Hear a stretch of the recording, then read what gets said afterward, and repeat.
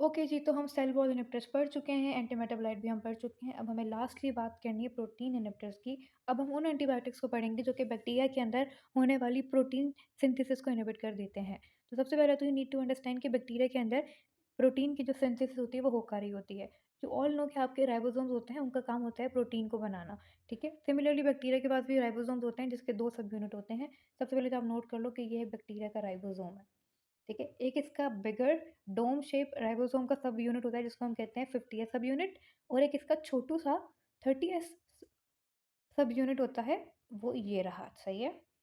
अच्छा, आप सबसे पहले आप ये नोट करो कि आपकी 2 ड्रग्स होती हैं जो कि 30th राइबोसोम को इनहिबिट करती हैं। कौन-कौन सी हैं? टेट्रासाइक्लिन्स और अमाइनोग्लाइकोसाइड्स। बाकी रिमेनिंग जितनी भी ड्रग्स होती हैं वो 50th राइबोसोम को इनहिबिट करती हैं।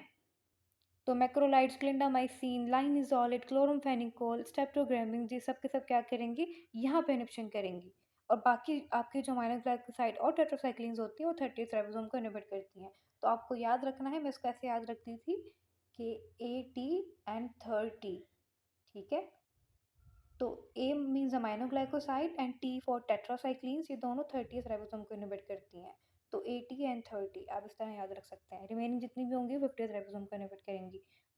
सबसे पहले ना मैं आपको पढ़ाऊँगी अबाउट द अमाइनोग्लाइकोसाइड्स। अमाइनोग्लाइकोसाइड्स क्या हैं? आपको पता है कि ये बैक्टीरिया के अंदर प्रोटीन को इनहिबिट कर देंगे और कौन किस तरह करेंगे?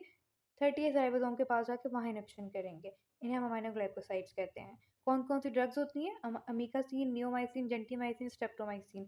ये चारों के चारों अमाइनोग्लाइकोसाइड हैं। सबके लास्ट में आपको माइसिन देखने को मिलता है। चारों आपकी 30th राइबोसोम को इनहिबिट कर देंगी। और इन सब ड्रग्स को याद करने की ट्रिक ना मैंने आपको पार्ट 1 में दे दी थी। पार्ट 1 में मैंने आपको ये पूरा चार्ट एक्सप्लेन किया है और साथ-साथ मैंने आपको इनको याद करने की ट्रिक्स भी दी दी हैं। तो आपने क्या करना है, पहले आपने इस पूरे चार्ट को याद करने की कोशिश करनी है और फिर बाद में डिटेल में जाना है। ठीक है? तो आप नोट करो अगेन, अमाइनोग्लाइकोसाइड्स कौन-कौन सी हैं? अमीकासिन, नियोमाइसिन, स्ट्रेप्टोमाइसिन और जेंटीमाइसिन हैं। ये हैं आपके अमाइनोग्लाइकोसाइड। क्या करेंगी? 30th राइबोसोम को इनहिबिट करेंगी। किस तरह करेंगी वो हम पढ़ते हैं। तो सबसे पहले अमाइनोग्लाइकोसाइड्स का मैकेनिज्म ऑफ एक्शन पढ़ते हैं कि किस तरह 30th राइबोसोम को इनहिबिट करती हैं। अब आप ये पिक्चर देखो, ये आपके पास एक राइबोसोम है और ये राइबोसोम का बिगर वाला डोम शेप सब यूनिट है जिसको आप क्या कहते हो? 50th सब यूनिट कहते हो। ये आपका स्मॉलर वाला 30th राइबोसोम पार्ट है, मीन्स 30th सब यूनिट है आपके राइबोसोम का। ठीक है, और आप नोट कर लो अमाइनोग्लाइकोसाइड का फंक्शन कहाँ पर है? 30th राइबोसोम के पास ही है क्योंकि ये उसी का इन्हिबिटर है। अब ये करता क्या है? ये आपके पास एक अमाइनोग्लाइकोसाइड यहाँ पे लिखी हुई है जेंटीमाइसिन, GENT। ये जो है ये आपकी जेंटीमाइसिन है, एक अमाइनोग्लाइकोसाइड है। अब आप नोट करो, ये ना आपका मैसेंजर RNA है, ठीक है। ये इसको इस तरह से इसने फोल्ड कर दिया जिसकी वजह से इसके जो कोड्स हैं उनकी जो रीडिंग होगी वो ख़राब हो जाएगी। नॉर्मली होता ये है कि आपके जो कोड्स होते हैं ना, उनको ये ट्रांसफ़र RNA रीड करते हैं, यहाँ पर आके वो फ़िक्स हो जाएँगे, अपने साथ अमाइनो एसिड्स को लेकर आएँगे। ठीक है? एग्ज़ाम्पल मैं आपको बताती हूँ बना के। एग्ज़ाम्पल ये आपका एक ट्रांसफ़र RNA है, ठीक है? इनके इस पॉइंट पे आपको अमाइनो एसिड मिलते हैं और ये आपका क्या है? मैसेंजर RNA, इसके पास कोड्स हैं। तो क्या होगा, आपका ये जो ट्रांसफ़र RNA इन कोड्स को पहचानेगा और यहाँ पे आके फ़िक्स हो जाएगा। इस तरह आपके ट्रांसफ़र RNA आते रहते हैं हर कोड पे और अमाइनो एसिड इस तरह जुड़ते रहते हैं। जब अमाइनो एसिड जुड़ते रहते हैं तो क्या होता है, आखिर में आपको आपकी प्रोटीन मिल जाती है। होगा क्या कि आपके ये जो अमाइनो ग्लाइकोसाइड्स होंगे ना, वो इस फंक्शन को रोक देंगे, वो इस कोड की रीडिंग नहीं होने देंगे। ठीक है, इसकी वजह से क्या होगा, ट्रांसफ़र आरएनए यहाँ पे आ ही नहीं पाएगा, अमाइनोसाइड्स को ला ही नहीं पाएगा। तो जब आपके अमाइनो एसिड्स नहीं आएंगे तो ऑटोमेटिकली प्रोटीन की फॉर्मेशन भी नहीं होगी। तो ये यहाँ पे लिखा हुआ है, नोट करो। ये क्या है आपका? Aminoglycoside gentamicin. क्या किया इसने? 30th राइबोसोम के पास जाके बाइंड हो गया और इसने क्या करा? मिस रीडिंग कर दी। अब जब क्या होगा, जब आपके ट्रांसफ़र आरएनए यहाँ पर आ ही नहीं पाएगा, ये आ ही नहीं पाएगा, तो ये आप नोट करो किस तरह आपके ये जो अमाइनो एसिड हैं वो जॉइन हो रहे हैं। तो ये जॉइन हो ही नहीं पाएंगे क्योंकि आपका ट्रांसफ़र आरएनए यहाँ पर आ ही नहीं पाएगा, क्योंकि आपके कोड की मिसरीडिंग हो जाएगी। सही है, तो ये है आपके अमाइनो ग्लाइकोसाइड्स का फंक्शन। क्या करते हैं, सबसे पहले तो ये पोरिन चैनल्स के थ्रू सेल के अंदर आते हैं। उसके बाद ये क्या करते हैं, आपके जो राइबोसोम्स होते हैं उनकी असेंबली को इनहिबिट कर देते हैं, मैसेंजर आरएनए की मिसरीडिंग कर देते हैं और ट्रांसलोकेशन का ये जो प्रोसेस हो रहा होता है उसको इनहिबिट कर देते हैं। तो इनका मेन काम है मैसेंजर आरएनए की मिसरीडिंग कर देना। ये जो यहाँ पर जो कोड्स को रीड करना था, आपके ट्रांसफ़र आरएनए ने इस प्रोसेस को इनहिबिट कर दिया। ये आपका काम करते हैं अमाइनो ग्लाइकोसाइड। ठीक है? इस तरह ये प्रोटीन की सिंथेसिस को इनहिबिट करते हैं 30th राइबोसोम में। अब हम बात करते हैं इनकी फार्माकोकाइनेटिक्स की। सबसे पहले आप यहाँ पे नोट करो फार्माकोकाइनेटिक्स क्या लिखी है कि ये कंसंट्रेशन डिपेंडेंट है। जितना बॉडी के अंदर जाता रहेगा उतना अच्छा परफॉर्म करता रहेगा। कुछ ना ड्रग्स आपके पास होती हैं जो कि टाइम डिपेंडेंट होती हैं। फॉर एग्जांपल मैंने अभी खाई है और फिर मैं नोट करूँगी कि मुझे इसका इफ़ेक्ट देखने को मिल रहा है 7 डेज़ बाद। टाइम गुज़रता गया तो ड्रग का इफ़ेक्ट अच्छा होता रहा। लेकिन आपकी जो अमाइनो ग्लाइकोसाइड है वो कंसंट्रेशन डिपेंडेंट है। मीन्स अब आप नोट करो कि मैंने फॉर एग्जांपल इसकी 1 टैबलेट खाई है दिन में, तो मुझे इसका कुछ इफ़ेक्ट देखने को मिल रहा है। लेकिन वही अगर मैं इसकी 2 टैबलेट्स खाऊँगी पर डे, तो फिर क्या होगा, मुझे इसका इफ़ेक्ट ज़्यादा देखने को मिलेगा क्योंकि मैंने इसकी कंसंट्रेशन को इंक्रीज़ कर दिया है। तो जी अमाइनो ग्लाइकोसाइड कंसंट्रेशन डिपेंडेंट होती है कि जितनी कंसंट्रेशन होगी उतना अच्छा काम करेगी। इसके कुछ पोस्ट एंटीबायोटिक इफ़ेक्ट भी आपको देखने को मिलते हैं। क्लिनिकल यूज़, अब आप अमाइनो ग्लाइकोसाइड को यूज़ कहाँ करते हो? तो आपने पढ़ा ना अभी आपके पास एक ड्रग है नियोमाइसिन। नियोमाइसिन आप यूज़ करते हो हेपेटिक एन्सेफेलोपैथी के ट्रीटमेंट के लिए। ये आपका पास्ट पेपर है, ओके? तो आपने नियोमाइसिन किस लिए देनी होती है? हेपेटिक एन्सेफेलोपैथी की ट्रीटमेंट के लिए देनी होती है। जिनको नहीं पता हेपेटिक एन्सेफेलोपैथी क्या है, अभी के लिए नॉर्मली बता देती हूँ। हेपेटिक वर्ड आपको बता रहा है लिवर में कोई इश्यू है। एन्सेफेलोपैथी मीन्स हेड में, सेफल वर्ड हेड के लिए यूज़ होता है, हेड में आपका ब्रेन होता है। तो लिवर में और ब्रेन में साथ-साथ एक इश्यू हो जाता है। एक तरफ लिवर की इंजरी हुई होती है, साथ-साथ आपके पास ब्रेन के अंदर भी इश्यूज़ होते हैं कि आपको डिसकाइनेटिक कुछ मूवमेंट्स वगैरह देखने को मिलती हैं। तो लिवर और ब्रेन दोनों के साथ ये आपको इंजरी देखने को मिल रही है, ठीक है? इसको आप कैसे ट्रीट करते हो? नियोमाइसिन से के थ्रू ट्रीट करते हो। तो हेपेटिक एन्सेफेलोपैथी में आपने क्या देना है? नियोमाइसिन देनी है। ये अमीकासिन आपने कब देनी है? यूटीआई इन्फेक्शंस में देनी है, ठीक है? इसके अलावा कुछ और डिज़ीज़ होती हैं, टुलिरीमिया, प्लेग, इनमें आपने स्ट्रेप्टो और जेंटिमाइसिन देनी होती हैं, ठीक है? रिवाइज़ करवाऊँ, नियोमाइसिन आपने हेपेटिक एन्सेफेलोपैथी में देनी है, अमीकासिन आपने यूटीआई में देनी है, जेंटिमाइसिन और स्ट्रेप्टोमाइसिन आपने टुलिरीमिया, प्लेग्स इन सब डिज़ीज़ में देनी है। हो गए इनके यूसेज, अब हम बात करते हैं टॉक्सिसिटी की। जो आपके नियोमाइसिन होते हैं, N for neomycin and N for neuromuscular blockade. ये आपके नर्व्स और मसल्स के बीच में जो जंक्शन है वहाँ पे ब्लॉकेज कर देती हैं, तो ये इनका है एडवर्स इफेक्ट, ये है इनकी टॉक्सिसिटी। इसके अलावा जो अमीकासिन्स होती हैं वो ऑटोटॉक्सिक होती हैं, तो वो आपको हेयरिंग प्रॉब्लम कर देती हैं। ये भी आपका पास पेपर है। इसके अलावा आपकी जो स्ट्रेप्टो और जेंटोमाइसिन होती है वो वेस्टिबुलर मीन्स आपका वेस्टिबुलर सिस्टम क्या करता है, बैलेंस को मेंटेन करता है।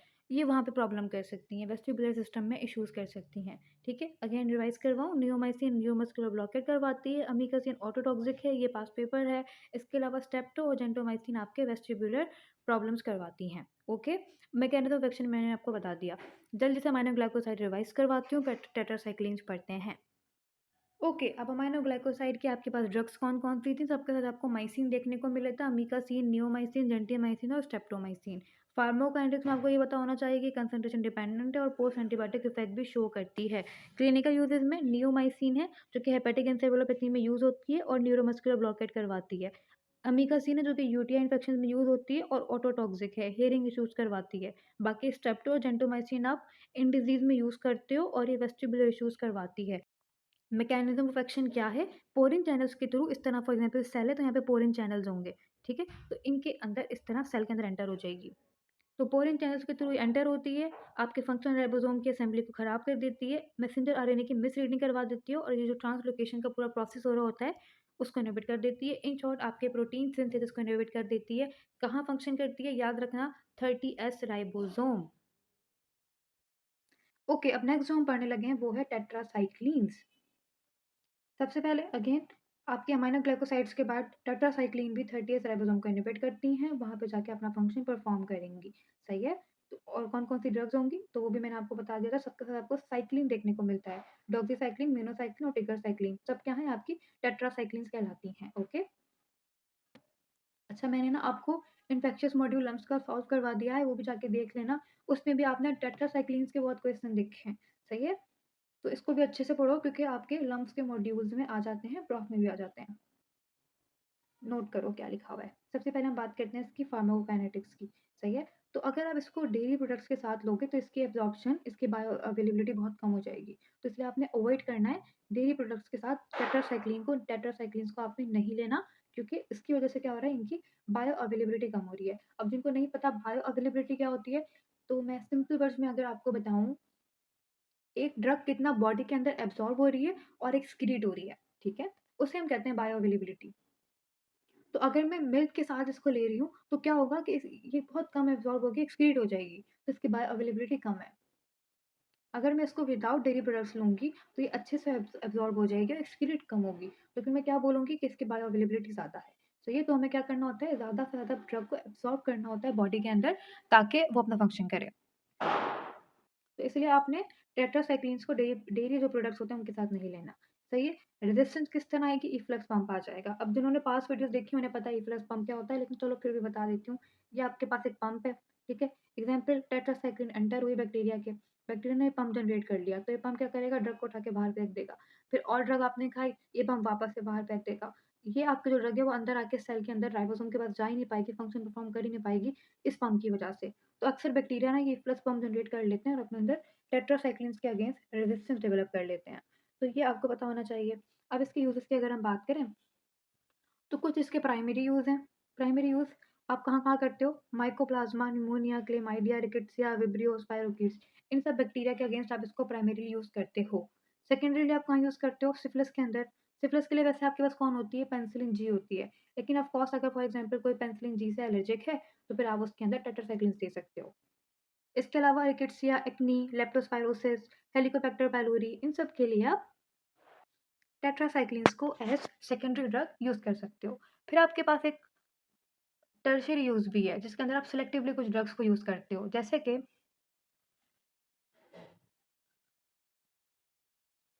हेलिकोबैक्टर के लिए आपने टी यानी कि टिगरसाइक्लिन देनी होती है। लाइम डिज़ीज़ और मलेरिया और एमीबियासिस के लिए आपने डॉक्सीसाइक्लिन देनी होती है। एडीएस यानी कि आपके एड्रिनल ग्लैंड का अगर ट्यूमर हो जाता है, तो फिर आपने ये वाली डिमिक्लोसाइक्लिन देनी होती है, ठीक है? तो ये इसके कुछ टर्शियरी यूज़ हैं। कौन-कौन से हेलिकोबैक्टीरियल के लिए आपने कौन-सी देनी है? टिगरसाइक्लिन देनी है। मलेरिया, एमीबियासिस, लाइम डिज़ीज़ के लिए आपने डॉक्सीसाइक्लिन देनी है और एडीएच के लिए आपने डिमेक्लोसाइक्लिन देनी है, ठीक है? अच्छा, ये यूज़ेज़ अगेन मैं कहूँगी, याद हो रहे हैं तो ज़रूर करो, लेकिन अगर नहीं हो रहे तो पहले एडवर्स इफ़ेक्ट और क्लासिफिकेशन फॉर्मूला में याद कर लिया करो। अगर टाइम बचता है तो यूज़ेज़ पे आया करो, यूज़ेज़ बहुत कम पूछे जाते हैं वो इसलिए। लेकिन ऑफ़ कोर्स पढ़ना सब कुछ होता है और याद भी सब कुछ रखने की कोशिश करनी होती है। ओके, अब हम बात करेंगे टेट्रासाइक्लिन की टॉक्सिसिटी की, ठीक है? टॉक्सिसिटी ये लिखी हुई। अच्छा, मैंने ट्राई किया कि मैं आपको इस तरह एक पिक्चर से याद करवाऊँ, क्योंकि मैंने भी ऐसे याद किया था। सबसे पहले आप यहाँ पे नोट करो, मैंने लिवर बनाया है। तो आपका ये जो टेट्रासाइक्लिन होता है ना, ये हेपेटोटॉक्सिक होता है। आपको लिवर इश्यूज़ करवाएगा।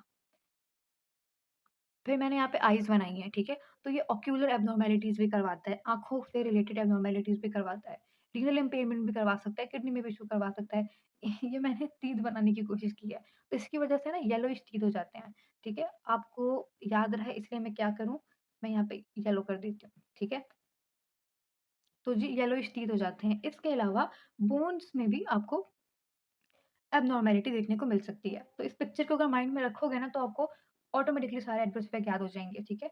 कौन-कौन से हैं? हेपेटोटॉक्सिक है, ocular abnormalities, renal impairment, yellowish teeth and bone abnormalities. जो पास्ट पेपर में पूछे जाते हैं वो आपकी टीथ वाला पॉइंट है और दूसरा बोन वाला पॉइंट है। ये बहुत पूछा जाता है, ठीक है?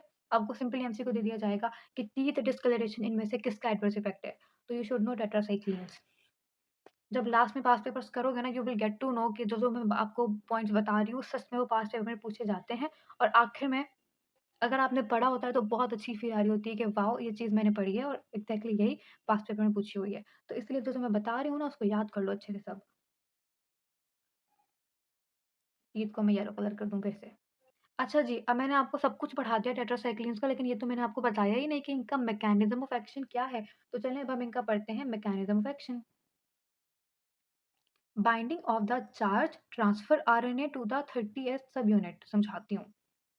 नोट करो, क्या होता है कि आपका ये जो आरएनए है ना, जिसके पास अमीनो एसिड है, ठीक है? ये यहाँ पर आके मैसेंजर आरएनए के पास बाइंड होता है। इस बाइंडिंग को इनहिबिट कर देते हैं कौन? आपके टेट्रासाइक्लिन्स। वापस देख लो, ये आपका मैसेंजर आरएनए, ये आपका चार्ज ट्रांसफर आरएनए, ठीक है? यहाँ पर आके इन्होंने बाइंड होना है, लेकिन यहाँ पे आपके टेट्रासाइक्लिन इन्हिबिशन कर देंगे। तो क्या होगा? ये आपके ट्रांसफर आरएनए, आपके जो राइबोसोम का पूरा कॉम्प्लेक्स है, यहाँ पे आके बाइंड नहीं हो पाएँगे। ये है इनका मैकेनिज़्म ऑफ एक्शन। क्या करते हैं ये आपके चार्ज ट्रांसफर आरएनए को 30 सब यूनिट आपके राइबोसोम के साथ बाइंड नहीं होने देते। अब जब ऑफ कोर्स ये बाइंड ही नहीं होगा, तो किस तरह आपके ये अमीनो एसिड इस तरह कनेक्ट होके पूरी प्रोटीन बनाएँगे? ये पूरा फंक्शन खराब, सही है? टेट्रासाइक्लिन्स भी हो गए। तो हमने वो दोनों ड्रग्स पढ़ ली जो कि 30S राइबोसोम को इनहिबिट करते हैं। अब हमें 2 वो ड्रग्स पढ़नी है जो कि 50S राइबोसोम को इनहिबिट करती हैं, ओके? तो जी नेक्स्ट जो ड्रग यहाँ पे लिखी है उसका नेम है क्लोरामफेनिकोल, ठीक है? अब हम बात करेंगे क्लोरामफेनिकोल की। अब आप नोट करो, आपके ना यहाँ पर ये जो एक अमीनो एसिड है, दू 1 मिनट पेन चेंज करूँ। हुँ, तो आप नोट करो यहाँ पर एक अमीनो एसिड है, ये दूसरा अमीनो एसिड है। ये अमीनो एसिड साथ-साथ ना बाइंड होते जा रहे हैं। इनको बाइंड करने के लिए एक एंजाइम की नीड होती है जिसको आप क्या कहते हो? उस एंजाइम को आप कहते हो, उस एंजाइम का नेम होता है पेप्टाइडिल ट्रांसफेरेज़, सही है? तो आपका ये जो बाइंडिंग होती है इसको इनहिबिट कौन कर देते हैं? आपके क्लोरामफेनिकोल कर देते हैं। Inhibit the formation of the peptide bond. तो आपके ये जो एक अमीनो एसिड है, दूसरा अमीनो एसिड है, इनके बीच पेप्टाइड बॉन्ड है। इस बॉन्ड को कौन ब्रेक करता है? क्लोरामफेनिकोल ब्रेक करता है, ठीक है? तो इन शॉर्ट ये आपके कहाँ काम कर रहा है? 50 सब यूनिट में काम कर रहा है। यहाँ पे जो प्रोटीन की जो बॉन्ड्स हो रहे हैं, पेप्टाइड बॉन्ड हो रहे हैं, उनको इनहिबिट कर देता है। कौन? आपका क्लोरामफेनिकोल। ये यहाँ पे लिखा हुआ है कि peptide bond between the amino acid, और किसके थ्रू करता है? इस एंजाइम को इनहिबिट करके। जब एंजाइम ही नहीं होगा तो आपके पेप्टाइड बॉन्ड्स ही नहीं बनेंगे, प्रोटीन ही नहीं बनेगा। सही है? समझ आ गया क्लोरामफेनिकोल का मैकेनिज्म ऑफ एक्शन। अब हम बात करते हैं इसके फार्माकोकाइनेटिक्स की। तो बस इसमें आप ये याद रखो कि ये ना एक एंजाइम को इनहिबिट कर देता है जिसका नेम होता है हेपेटिक ग्लूकुरोनाइल ट्रांसफेरेज़। ये इस एंजाइम को इनहिबिट कर देता है, इसकी वजह से क्या होता है? बच्चों के अंदर आपको ग्रे बेबी सिंड्रोम देखने को मिलता है। तो ये इसका है एडवर्स इफ़ेक्ट, ठीक है? तो फार्माकोकाइनेटिक्स में आपको बस याद रखना है कि ये इस एंजाइम को इनहिबिट कर देता है। अब मैं आपको बताने लगी हूँ इसके यूजेज़। यूजेज़ क्या-क्या हैं इसके? H influenza, cholera, E coli, Neisseria, typhi, pneumonia, rickettsia, इन सब बैक्टीरिया के साथ आप इन सब बैक्टीरिया के अगेंस्ट आप क्लोरामफेनिकोल को यूज़ कर सकते हो। सही है? अब मैं आपको बताऊँगी इसकी टॉक्सिसिटी। क्या-क्या करवाता है? एप्लास्टिक एनीमिया करवाता है, ग्रे बेबी सिंड्रोम करवाता है। वो क्यों करवाता है? क्योंकि इस एंजाइम को इनहिबिट कर देता है। सही है? ड्रग-ड्रग इंटरेक्शन, वारफेरिन, फेनाइटोइन और टोल्ब्यूटामाइड, इन तीनों ड्रग्स के साथ ये इंटरेक्शन शो करता है। मीन्स अगर आप इन तीनों ड्रग्स को और साथ क्लोरामफेनिकोल को साथ दोगे, तो हो सकता है कि एक दूसरे के फंक्शन पे ये चेंजिंग लेके आ सकते हैं, सही है? तो ये आपके ड्रग्स और ये ड्रग इंटरैक्ट करते हैं, सही है? तो ये हमने बात कर ली अबाउट द क्लोरामफेनिकोल। अब हम बात करेंगे अपनी लास्ट ड्रग की जिसका नेम है मैक्रोलाइड। ये भी क्या करती हैं? ये भी आपके 50th राइबोसोम को इनहिबिट करती हैं, सही है? तो अभी तक मैंने आपको क्या बता दिया? मैंने आपको अमीनोग्लाइकोसाइड टेट्रासाइक्लिन बता दी जो कि 30th को इनहिबिट कर रही थी।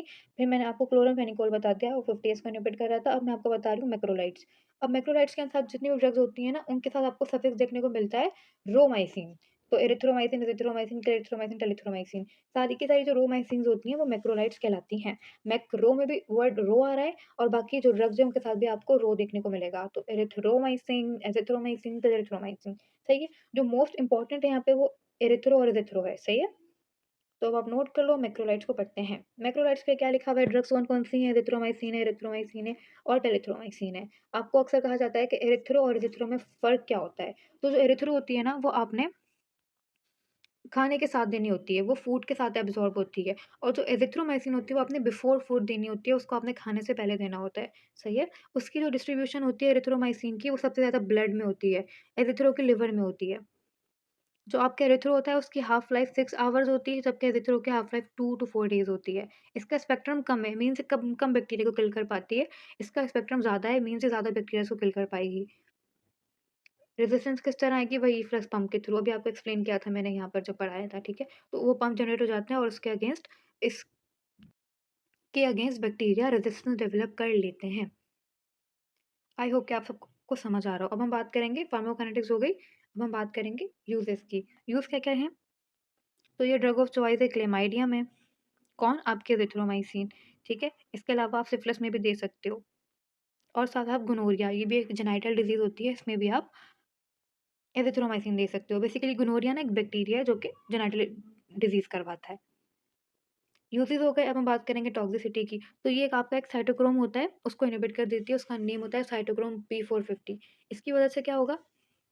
आपके बहुत सारे जो हॉर्मोन्स होंगे, उनका मेटाबॉलिज़्म खराब हो जाएगा, ठीक है? वो आप डिटेल में एंडोक्राइन में पढ़ोगे कि जब साइटोक्रोम की इन्हिबिशन हो जाती है तो क्या-क्या होता है। लेकिन अभी के लिए आप याद करो कि साइटोक्रोम P450 की इन्हिबिशन हो जाएगी और साथ न्यूरोमस्कुलर ब्लॉकेट होगा। अब आप नोट करो, एग्ज़ैक्टली यही सेम एडवर्स इफ़ेक्ट आपने कहाँ पढ़ा था? जब मैंने आपको नियोमाइसिन पढ़ाया था, ठीक है? दिस इज़ द रीज़न कि मैंने ये चार्ट बनाया ताकि आप चीज़ों को कंपेयर करके याद कर पाओ। ओके, लास्टली मैं आपको इसका बताने लगी हूँ मैकेनिज़्म ऑफ एक्शन कि किस तरह 50th राइबोसोम के पास जाके बैक्टीरिया की सिंथेसिस को इनहिबिट कर रही है। नोट करो, अगेन आपका कहाँ गया, ये रहा आपका मैक्रोलाइड। बल्कि ना सिर्फ मैक्रोलाइड, आपकी बाकी ड्रग्स भी क्लिंडामाइसिन और स्ट्रेप्टोग्रामिन्स। अगर आप हमारा चार्ट देखो तो ये रहे आपके मैक्रोलाइड्स, इसके अलावा स्ट्रेप्टोग्रामिन्स और क्लिंडामाइसिन यानी कि आपके लिंकोसामाइड्स। सही है? ये सब के सब क्या करते हैं, यहाँ पे एक एग्ज़िट चैनल होता है, नोट करो, ये है वो एग्ज़िट चैनल जहाँ से आपके अमीनो एसिड जा रहे हैं, ठीक है? ये उस एग्ज़िट टनल को ब्लॉक कर देगी। जब एग्ज़िट टनल ही ब्लॉक हो जाएगा तो क्या आपकी जो मज़ीद पेप्टाइड चेन है वो इलोंगेट हो पाएँगी? नहीं हो पाएँगी। यहाँ से आपकी न्यूली बॉर्न पॉलीपेप्टाइड में जाना था, आपका एग्ज़िट टनल ही ब्लॉक हो गया है। तो आपकी मैक्रोलाइड्स, क्लिंडामाइसिन, स्ट्रेप्टोग्रामिन्स क्या करती हैं, इस एग्ज़िट टनल को ब्लॉक कर देती हैं। सही है जी? तो नोट कर लो। ये भी ट्रांसलोकेशन को इनहिबिट कर रही हैं of the transfer organ and the amino acid. आपने अपनी ऑलमोस्ट सारी प्रोटीन सिंथेसिस कवर कर ली। लास्टली आपकी ऑक्ज़ैलिडीन डायोन्स रहती हैं, तो वो क्या करती हैं, वो मैं आपको बताती हूँ। ऑक्ज़ैलिडीन डायोन्स में एक ड्रग होती है लाइनिज़ोलिड, दूसरी होती है टेडिज़ोलिड, दिखाती हूँ। तो ऑक्ज़ैलिडीन डायोन्स में एक लाइनिज़ोलिड है, दूसरी टेडिज़ोलिड है, राइट? ये क्या करती है, नोट करो। ये भी आपका ये जो 50s और 30s का राइबोसोम का जो कॉम्प्लेक्स बन रहा है ना, इसको इनहिबिट कर देती है, ठीक है? मीन्स ये आपका 50s या आपका 30th राइबोसोम, इनका जो कॉम्प्लेक्स बन रहा है उसको इनहिबिट कर देती है। ये आपके पास कहलाती है ऑक्ज़ैलिडीन डायोन्स। आई होप कि आपको सारी की सारी जो प्रोटीन सिंथेसिस इन्हिबिटर है वो समझ आ गई होंगी। तो आपकी मोस्टली इम्पोर्टेंट थी वो मैंने आपको बता दी, वो ये 4 थी। इसके अलावा भी आप इनको बुक से रीड कर लेना, लिंकोसामाइड, स्ट्रेप्टोग्रामिन्स और ऑक्ज़ैलिडीन डायोन्स। ये इतनी इम्पोर्टेंट नहीं पूछी जाती। जो पूछी जाती हैं और जो पूछा जाता है वो मैंने आपको बताया, ये सब आपको याद करना है। और साथ आप ये भी याद रखना। एक बार आपको यहाँ से रिवाइज़ करवाती हूँ, फिर हम खत्म करते हैं। सबसे पहले मैंने आपको अमीनो ग्लाइकोसाइड पढ़ाई और टेट्रासाइक्लिन्स पढ़ाई, जो कि दोनों 30th राइबोसोम को इनहिबिट कर रही हैं। अमीनो ग्लाइकोसाइड क्या करती है? मैसेंजर आरएनए की मिसरीडिंग कर देती है। टेट्रासाइक्लिन्स क्या करती है? ट्रांसफर आरएनए को इसके साथ, आपका जो राइबोसोम है उसके साथ बाइंड ही नहीं होने देती। लाइनोसोलेट क्या करती है? वो आपके 50th और 30th राइबोसोम का जो कॉम्प्लेक्स है उसको इनहिबिट कर देती है। मैक्रोलाइड्स, क्लिंडामाइसिन, स्ट्रेप्टोग्रामिन सब के सब क्या करती हैं, इस एग्जिट टनल को ब्लॉक कर देती हैं। क्लोराम्फेनिकोल क्या करती है, एक एंजाइम को इनहिबिट कर देती है जिसका नेम होता है पेप्टाइडिल ट्रांसफेरेज। इसकी वजह से क्या होगा, पेप्टाइड बॉन्ड नहीं बन पाएगा अमीनो एसिड के बीच में और प्रोटीन की फॉर्मेशन नहीं होगी। तो we are done with protein synthesis inhibitor और इसी के साथ हमारी सारी की सारी एंटीबायोटिक्स भी कंप्लीट होती हैं।